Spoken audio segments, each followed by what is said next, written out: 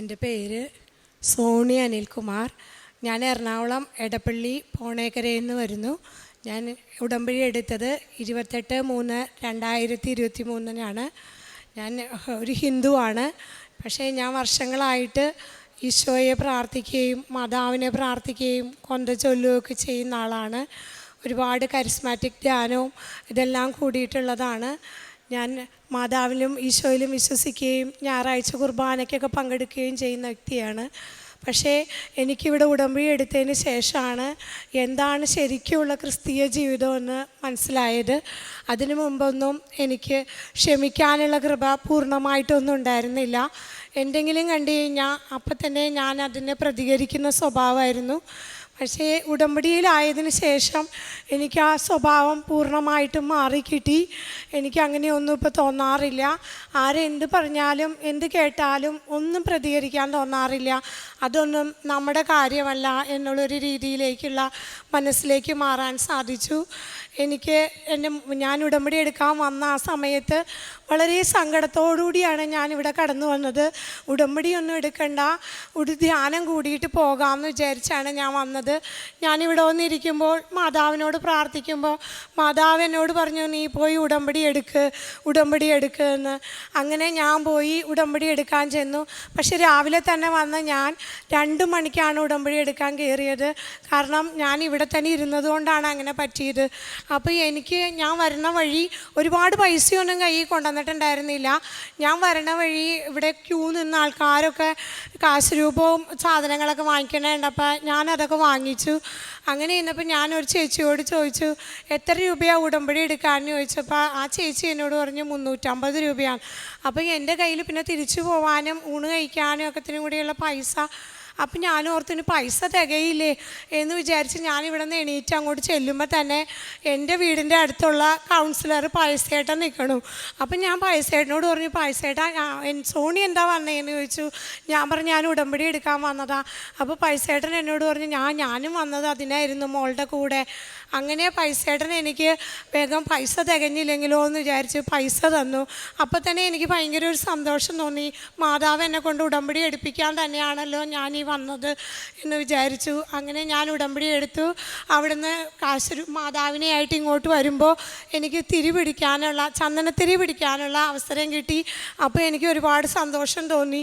അത് കഴിഞ്ഞ് ഞാൻ ഉടമ്പടിയൊക്കെ എടുത്ത് വീട്ടിലേക്ക് പോയി. എൻ്റെ മോള് നീറ്റിൻ്റെ എൻട്രൻസ് കോച്ചിങ്ങിന് പോയേക്കായിരുന്നു.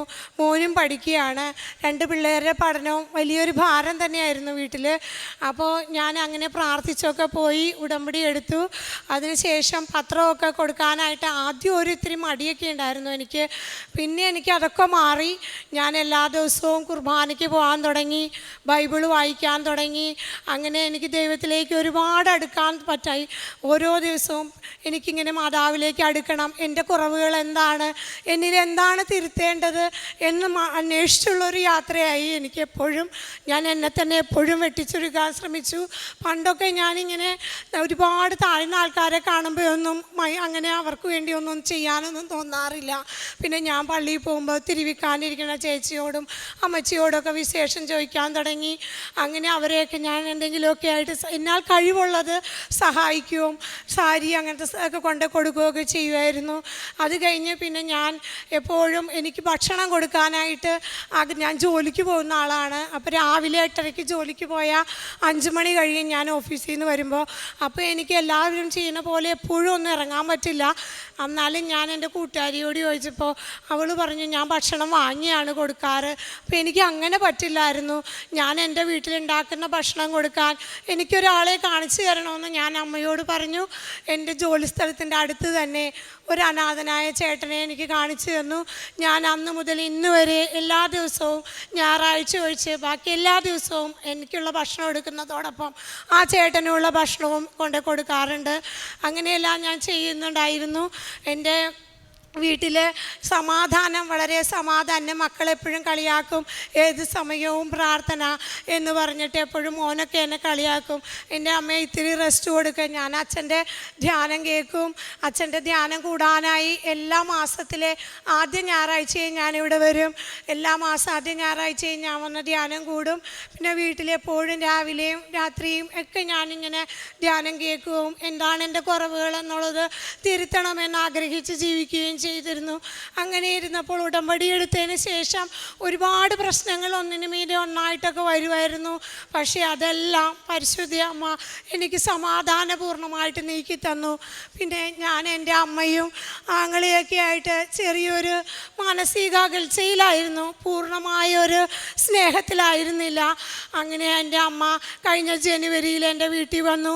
എനിക്ക് പരിപൂർണമായിട്ട് അമ്മയെ സ്നേഹിക്കാനും അമ്മയെ ശുശ്രൂഷിക്കാനും ഒക്കെ അവസരം കിട്ടി. അമ്മയുമായി ടൂർ പോകാനും എൻ്റെ വീട്ടിൽ തന്നെ അമ്മ 6 മാസം നിന്നു. അമ്മ ഈ കഴിഞ്ഞ ജൂലൈ 28 നല്ല മരണം നേടി. എൻ്റെ ഭവനത്തിലായിരുന്നു അമ്മ. അതെനിക്ക് ഏറ്റവും സന്തോഷമുള്ള കാര്യമായി. എൻ്റെ അമ്മേനെ അവസാനം എനിക്ക് അത്രയും നന്നായിട്ട് ശുശ്രൂഷിക്കാൻ പറ്റിയതിനും അതിലൊക്കെ സന്തോഷത്തോടെ എല്ലാം ചെയ്യാൻ പറ്റിയതിനും അതെല്ലാം എൻ്റെ പരിശുദ്ധ അമ്മയുടെ അനുഗ്രഹമായിരുന്നു. ഞാൻ എന്നും പ്രാർത്ഥിക്കുമ്പോൾ എൻ്റെ അമ്മ എന്നെ ഓരോ വിധത്തിലും ഓരോ കാര്യങ്ങളിലും അനുഗ്രഹിക്കുമായിരുന്നു. അതുപോലെ എനിക്ക് PCODയുടെ പ്രശ്നം ഉണ്ടായിരുന്നു. ഞാൻ പീരീഡ്സ് ആവുന്നുണ്ടായിരുന്നില്ല. ഞാൻ ഒരു കാര്യത്തിനും മരുന്നൊന്നും അങ്ങനെ വാങ്ങിക്കാറില്ല. ഞാൻ തൈലവും ഉപ്പും ഒക്കെ ഉപയോഗിക്കും. എപ്പോഴും എൻ്റെ വീട്ടിൽ മക്കൾക്കാണെങ്കിലും എന്ത് വന്നാലും ഞാൻ ആദ്യം ഇതെടുത്ത് കൊടുക്കും. അപ്പോൾ ഞാൻ അങ്ങനെ ഒരു സാക്ഷ്യം കേട്ടു, ഇങ്ങനെ പീരീഡ്സ് ആവാതിരുന്നത് അവർക്ക് സ്കാൻ ചെയ്യണമെന്നൊക്കെ പറഞ്ഞെന്ന്. അപ്പം ഞാൻ വിചാരിച്ചു, ദൈവമേ അങ്ങനെയൊന്നും എനിക്ക് വയ്ക്കല്ലേ എൻ്റെ അമ്മയെ എന്ന് പ്രാർത്ഥിച്ച് ഞാൻ തിരുത്തൈലെടുത്ത് എൻ്റെ വയറ്റിലും നെഞ്ചത്തും ഒക്കെ പുരട്ടി. അതിനുശേഷം ഞാൻ പീരീഡ്സായി. പിന്നെ എല്ലാ മാസവും ഞാൻ പീരീഡ്സ് ആവുന്നുണ്ട്. അങ്ങനെ ഒരു പ്രശ്നവും എനിക്കുണ്ടായില്ല. അതെല്ലാം എൻ്റെ അമ്മയുടെ അനുഗ്രഹമാണ്. അതുകൂടാതെ തന്നെ എൻ്റെ മകൾ കഴിഞ്ഞ വർഷം നീറ്റ് എക്സാമിന് പഠിച്ചു. അഡ്മിഷൻ കിട്ടാനുള്ള മാർക്കൊന്നും ഉണ്ടായിരുന്നില്ല. അത് കഴിഞ്ഞ് ഈ വർഷവും പരീക്ഷ എഴുതി. ഈ വർഷത്തെ പരീക്ഷയ്ക്ക് എഴുതിയപ്പോൾ ഇവിടെ വന്ന് ഹോൾ ടിക്കറ്റൊക്കെ ആയിട്ട് വന്ന് പ്രാർത്ഥിച്ചു. അപ്പോൾ ജോസഫ് അച്ഛൻ പറഞ്ഞു, മക്കളെ പോയി രക്ഷപ്പെടുവെന്ന് പറഞ്ഞു. അപ്പം ഞാൻ മോളോട് പറഞ്ഞു, നമുക്ക് ചിലപ്പോൾ അഡ്മിഷൻ കിട്ടിയില്ലെങ്കിലും നിനക്ക് അനുയോജ്യമായത് ദൈവം തരുമെന്ന്. അപ്പോൾ അവൾ പറഞ്ഞു, അതെന്താ അമ്മ അങ്ങനെ പറയണേന്ന്. അപ്പോൾ ഈ വർഷത്തെ നീറ്റ് എക്സാം വളരെ വലിയൊരു സംഭവമായിരുന്നു. നീറ്റ് എക്സാമിന് നല്ല ഉന്നതമായ മാർക്ക് കിട്ടിയെങ്കിൽ മാത്രമേ ഗവൺമെൻറ്റിൽ ഒരു അഡ്മിഷൻ കിട്ടുകയുള്ളായിരുന്നു. അത്രയും മാർക്ക് എൻ്റെ മകൾക്ക് ഉണ്ടായിരുന്നില്ല. അപ്പോൾ ഞാൻ പറഞ്ഞു, നമുക്ക് സാധിക്കുന്നത്, നമുക്ക് അനുയോജ്യമായത് ദൈവം തന്ന് അനുഗ്രഹിക്കുമെന്ന്. അതുപോലെ തന്നെ നിംഹാൻസ് ബാംഗ്ലൂരിൽ എൻ്റെ മോള് എൻട്രൻസ് എഴുതിയിരുന്നു. അവിടെ BSc നഴ്സിങ്ങിന് എൻട്രൻസ് എഴുതിയ ലിസ്റ്റിൽ വന്നു, അഡ്മിഷൻ കിട്ടി. ഞാൻ അമ്മ മരിച്ചതിനാലും അതിൻ്റെ ചടങ്ങുകളൊക്കെ ആയിട്ട് കുറേ ദിവസം നിൽക്കേണ്ടി വന്നു. അമ്മ മരിച്ച് 2ൻ്റെ അന്നാണ് മോളുടെ അഡ്മിഷൻ്റെ മെയിൽ വന്നത്. പിന്നെ മോളെയും കൊണ്ട് ഞാനിവിടെ വന്നു. പക്ഷേ സാക്ഷ്യം പറയാനുള്ള സമയം കിട്ടിയില്ല. ഞാൻ ജോലിക്ക് പോകുന്നതുകൊണ്ട് ലീവ് എടുത്ത് വരാനും എനിക്ക് വലിയ ബുദ്ധിമുട്ടാണ്. ഞായറാഴ്ചകളിലാണ് വരുന്നത്. ഞായറാഴ്ച മോളും ഞാനും വന്നു. അതിനുശേഷം 1-ാം തീയതി മോളെ അവിടെ കൊണ്ടാക്കി. മോൾ അവിടെ സുഖമായിട്ട് സമാധാനമായിട്ട് പഠിക്കണു. അങ്ങനെ എൻ്റെ ജീവിതത്തിൽ, എൻ്റെ കുടുംബത്തിൽ ഇത്രയേറെ അനുഗ്രഹവും സമാധാനവും ഒരു കഴിവുമില്ല. ഒരു സാധാരണ ജോലിക്കാരിയാണ് ഞാൻ.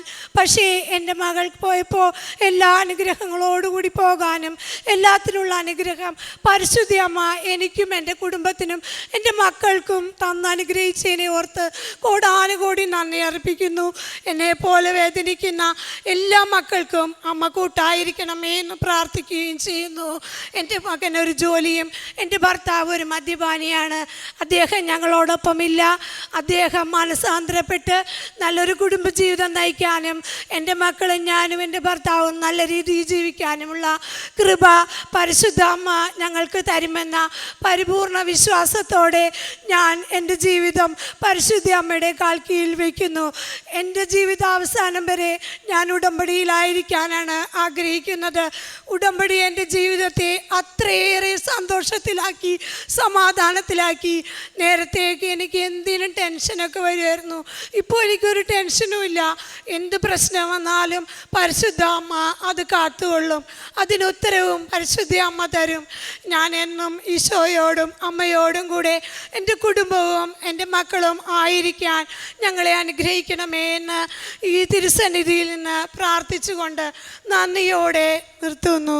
യെശയ്യായുടെ പുസ്തകം 12:2 നമ്മൾ വായിക്കുന്നു. ദൈവമാണ് എൻ്റെ രക്ഷ, ഞാൻ അങ്ങയിൽ ആശ്രയിക്കും, ഞാൻ ഭയപ്പെടുകയില്ല. എന്തെന്നാൽ ദൈവമായ കർത്താവ് എൻ്റെ ബലവും എൻ്റെ ഗാനവുമാണ്, അവിടുന്ന് എൻ്റെ രക്ഷയായിരിക്കുന്നു. സോണി എന്ന സഹോദരി കുടുംബത്തിനും വ്യക്തിജീവിതത്തിനും ലഭിച്ച നന്മകളെ നന്ദിയോടുകൂടി ദൈവസന്നിധിയിൽ സാക്ഷ്യപ്പെടുത്തുകയാണ്. പരിശുദ്ധ അമ്മയെ തിരിച്ചറിഞ്ഞ് ഇവിടെ എത്തുകയും ഉടമ്പടിയെടുത്ത് ജീവിക്കുകയും ചെയ്ത നാൾ മുതൽ വ്യക്തിജീവിതത്തിൻ്റെ സ്വഭാവത്തിൽ ഏറെ വ്യത്യാസങ്ങൾ അമ്മ മാതാവ് വഴി ഈശോ നൽകിയത് സാക്ഷ്യപ്പെടുത്തുന്നു. മകളുടെ പഠന മേഖലയിലുണ്ടായ പ്രത്യേകമായ നന്മയെക്കുറിച്ച് സഹോദരി സാക്ഷ്യപ്പെടുത്തുന്നു. മറ്റുള്ളവർക്ക് നന്മ ചെയ്യുവാൻ കിട്ടുന്ന അവസരങ്ങൾ നന്മ ചെയ്യുവാൻ അമ്മ മാതാവ് സഹായിച്ചതിനെ, ശാരീരികമായിട്ടുണ്ടായിരുന്ന രോഗത്തെയും പരിമിതിയെയും അത് പൂർണ്ണമായി സൗഖ്യപ്പെടുത്തി പൂർണ്ണ ആരോഗ്യത്തിൽ ജീവിക്കുവാൻ അനുഗ്രഹിച്ചതിനെ മകൾ സാക്ഷ്യപ്പെടുത്തുകയാണ്. അക്രൈസ്തവ സഹോദരി പ്രത്യേകമാവിധം നമ്മോട് പറയുമ്പോൾ വിശ്വാസത്തിൻ്റെ ആഴമാണ് ബോധ്യപ്പെടുത്തി തരുന്നത്. എത്ര കണ്ട് അമ്മ മാതാവിൽ ആഴപ്പെട്ട് സ്നേഹിക്കുകയും വിശ്വസിക്കുകയും ചെയ്യുന്നു. അമ്മയുടെ അരികിൽ വന്ന് പ്രാർത്ഥിക്കുന്നതൊക്കെയും കുടുംബത്തിനും ജീവിതത്തിനും അനുഗ്രഹമായി തീരുന്നു. ക്ലേശങ്ങളെ സഹിക്കുവാനും ഭാരങ്ങളെ ലഘൂകരിച്ച് കിട്ടുവാനും അമ്മ മാതാവ് എത്ര കണ്ട് സഹോദരിയെ സഹായിക്കുന്നുവെന്ന് സാക്ഷ്യപ്പെടുത്തുന്നു. മാനുഷികമായി അസാധ്യമെന്ന് കരുതിയ ജീവിതത്തിൻ്റെ പല മേഖലകളിലും പ്രശ്നങ്ങളിലും അമ്മ മാതാവിൻ്റെ ഇടപെടലിലൂടെ ദൈവകൃപയിൽ ഓരോ കാര്യവും നിവർത്തിച്ച് കിട്ടുന്നതിനെ നന്ദിയോടുകൂടി ഏറ്റുപറയുകയാണ്. ഈ സഹോദരിക്കും കുടുംബത്തിനും ലഭിച്ച എല്ലാ നന്മകളെയും ദൈവസന്നിധിയിൽ സമർപ്പിച്ച് അമ്മ മാതാവിനും തിരുക്കുമാരനും നന്ദി പറഞ്ഞുകൊണ്ട് ഈ സാക്ഷ്യം നമുക്ക് കരഘോഷത്തോടെ സമർപ്പിക്കാം. അത്യപൂർവ ദൈവാനുഭവങ്ങൾ ഇനി നിങ്ങൾക്കും സ്വന്തം. ഈ യൂട്യൂബ് ചാനൽ ഇതുവരെ സബ്സ്ക്രൈബ് ചെയ്തിട്ടില്ലെങ്കിൽ ഇപ്പോൾ തന്നെ സബ്സ്ക്രൈബ് ചെയ്യുക. ഈ വീഡിയോ ഇപ്പോൾ തന്നെ നിങ്ങളുടെ സുഹൃത്തുക്കൾക്ക് ഷെയർ ചെയ്തുകൊണ്ട് കർത്താവിൻ്റെ പ്രേക്ഷിതരാകുക.